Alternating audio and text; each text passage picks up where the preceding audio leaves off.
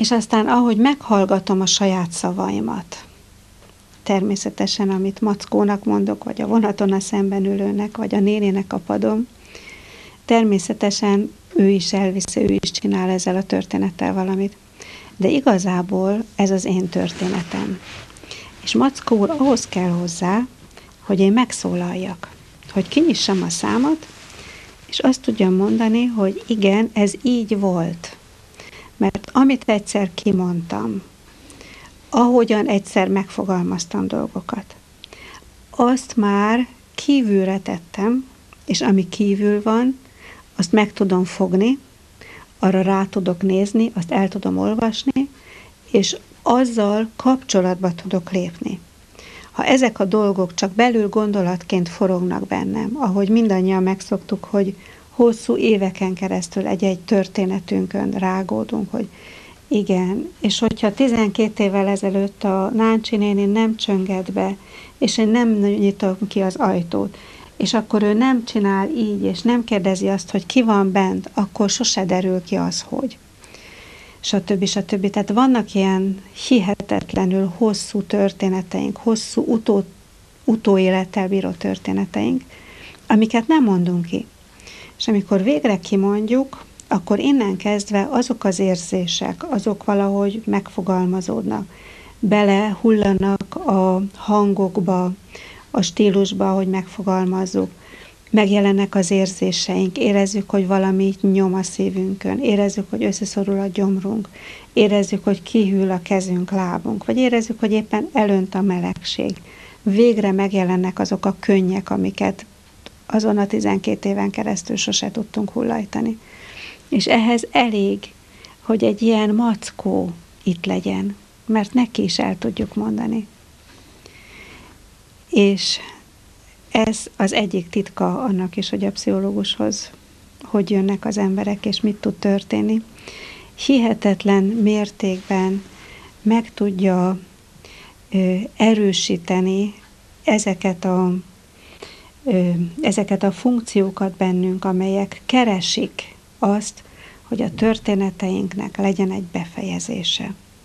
Hogy végre legyen vége, hogy nem csak benne vagyunk ebbe a történetbe, hanem azt tudom mondani, hogy igen, és most nézd meg, hogy ez a Mackó, ahogy így megáll, hogy áll.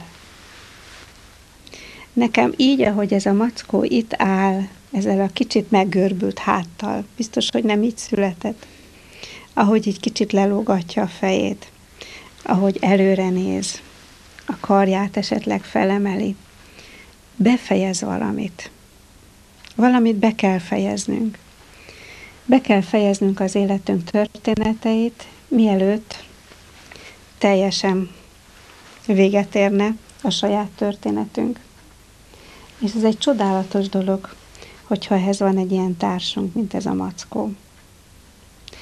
Ha nincs, akkor keressünk egyet magunknak. De hogy ehhez nagyon az kell, amit végig hangsúlyoztál, hogy bele kell látni. Tehát én biztos vagyok benne, hogy nagyon sok embernek ez a Mackó egy ütött-kopott, értéktelen Mackó. Persze, hát természetesen. Én nem is gondolom. Látja meg nem is ebben a Mackóban. Nem is hozzájuk beszélek.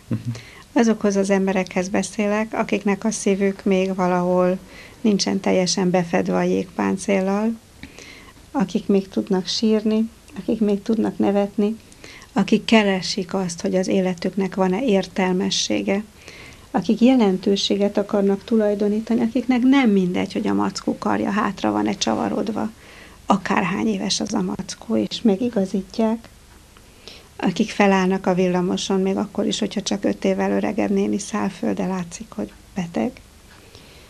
Én ezekhez az emberekhez beszélek, mert akik nem hallják meg, annak értelmileg nincs mit mondanunk. Ezeknek a dolgoknak csak akkor van jelentősége, hogyha mi magunk szeretnénk eleven emberek lenni. Hogyha szükségünk van arra, hogy kapcsolatba lehessen velünk lépni.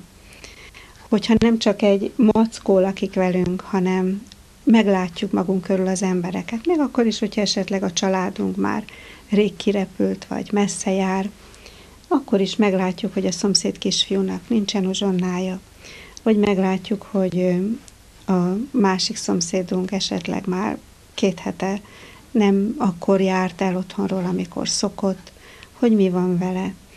Vagy észrevesszük, hogy a munkahelyünkön a főnökünknek ki van sírva a szeme, és esetleg ő is emberből van. Tehát azoknak az embereknek beszélünk, és azoknak az embereknek tudunk csak valamiféle szövetséget kínálni, akik embernek érzik magukat. Akik legalább annyira emberek, mint ez a mackó itt. Mert hiszen, hogyha elidegenedik tőlünk egy mackó, akkor a másik ember éppen úgy elidegenedik tőlünk. Én úgy érzem, hogy az az ember, aki egy mackóban nem tudja meglátni ezeknek a dolgoknak legalább egy kicsi töredékét, egy pillanatra nem tud legalább elvarázsolódni, azt egy gyerek hogy tudja, a saját gyereke vajon hogy tudja elvarázsolni? Van egy nagyon jó történetem egyébként Mackóországból még. Valaha, nem olyan régen, találkoztam valakivel, aki egy mackóboltnak volt a részese, és mesélte, hogy volt egyszer egy, nem is lehet azt mondani, hogy vevője, egy kliense, hogy mondjam ezt a kifejezést, amit mi pszichológusok szoktunk mondani, hogy kliensünk. És ez egy nagyon jól öltözött, nem túl idős, egy ilyen középkorú férfi volt, aki rendszeresen, és rajta hetenként bement, és leült a mackóboltba, mert a mackóboltban volt szék, és le lehetett ülni, és ott üldögélt egy fél óráig, és nézte a mackókat. Nem vett, nem csinált semmit, nem beszélgetett senkivel, csak ott üldögélt, és hát amikor a tulajdonos ráért, akkor természetesen eleinte történt ez, engedélyt kért tőle, hogy ő ide bejöhessen, mert ő itt valami miatt nagyon jól érzi magát, ez a szag, ezek a dolgok, amik itt vannak. Tehát valamitől ennek az embernek biztos, hogy nyitva volt a szíve. Mert különben, hát miért ment volna egy mackóboltba üldögélni egy héten egyszer? Van egy másik ilyen történetem is. Nemrég hallottam, hogy New Yorkban létesült egy óvoda, ahol a székek olyan magasak, hogy egy felnőtt embernek fel kell rámászni, és az asztal olyan magas, hogy ezen a nagyon magas széken ülve csak idáig ér nekik az asztal, és a tányérok óriásiak, és óvónénik vannak ebben az óvodában, és be lehet iratkozni. És munkaidő után, amikor leszállnak az emberek a munkából, a metróról, hazamenés előtt elmennek az óvodába, ahol visszaváltoznak egy kicsit. Ahol visszaváltoznak óvodás gyerekké, ahol húzkodják egymás ruháját, és játszanak azokkal a játékokkal, amik ott vannak. És ez nekem olyan szívszorító volt ezt hallani, hogy ezt így valóságosan meg kell csinálni. Tehát arra van szükség, hogy ezt igazán ott legyenek fából megácsolva ezek a székek, és ez a mackó biztos ott nagyon jól népszerű lett volna, hiszen a mi gyerekkorunknak a világát hozza be. Szóval, hogy megint csak elgondolkoztam rajta, hogy nem tudjuk elképzelni, hogy milyen volt az óvodáskorunk, nem tudunk visszaemlékezni már. Az kell hozzá, hogy ténylegesen felmászunk óriás székekre, és odakössék az állunk alá azt az előkét, és így maszatosan együnk. Szóval, hogy ezt tényleg meg kell csinálni, mert különben nem hiszem el, hogy én is voltam gyerek, és én is húzkodtam ezt a mackót. Úgyhogy azt hiszem, hogy az emberi leleményesség egyszerűen hihetetlen, hogy mi mindent kitalálunk, hogy visszavarázsoljuk magunkat abba a korba, amikor még azt hisszük, hogy boldogok voltunk, és ezeket az illúziókat nem tudjuk már ezzel a játékossággal átélni, hogy befedem az arcomat a kendővel, és kikukucskálok alóla. Ez egy illúziójáték, ez egy igazi illúziójáték, hiszen Akkor, amikor magamra húzom a kendőt, tudom, hogy ott van mögötte a világ, de azt játszom, hogy nincs ott a világ. Ez a kukucska játék, amit egész picikortól játszanak a gyerekek, vagy később bujócskának hívjuk. Tehát, hogy kijövök, bejövök. Kint vagyok a külső világban, bemegyek a belső világomban. Ha kint vagyok, úgy viselkedek, ahogy a külső világ szabályai szabják meg. Amikor bejövök a belső világomba, akkor megmerítkezem az érzéseimben. Az intuícióm, a kreativitásom, a fantáziám szárnyakat kap.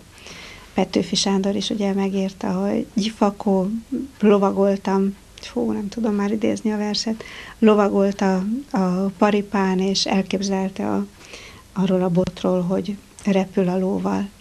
Tehát, hogy gyerekkorban ezt természetesnek tekintjük.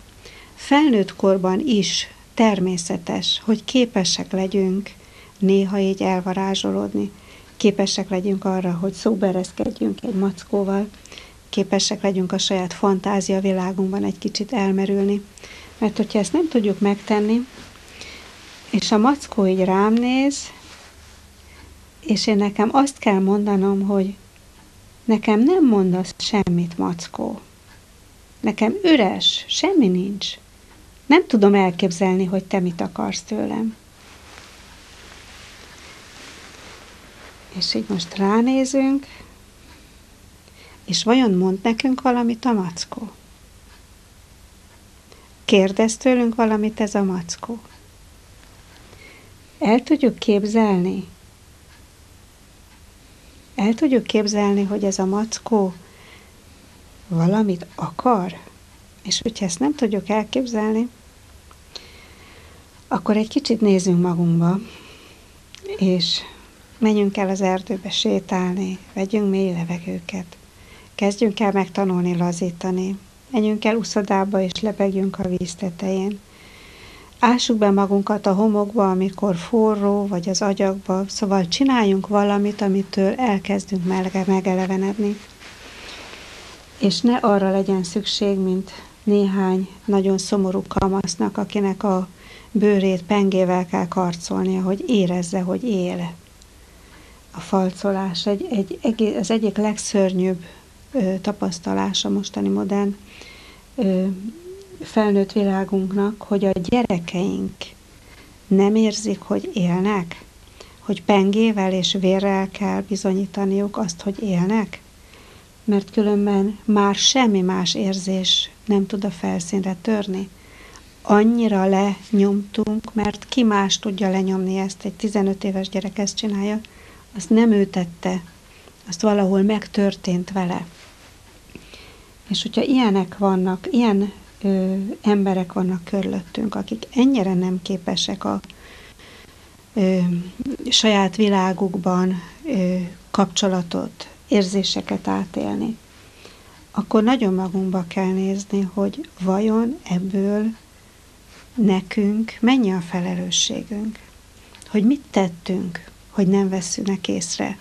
Mit tettünk, hogy az a gyerek, vagy az a fiatal ennyire bele zuhant az elidegenedésbe.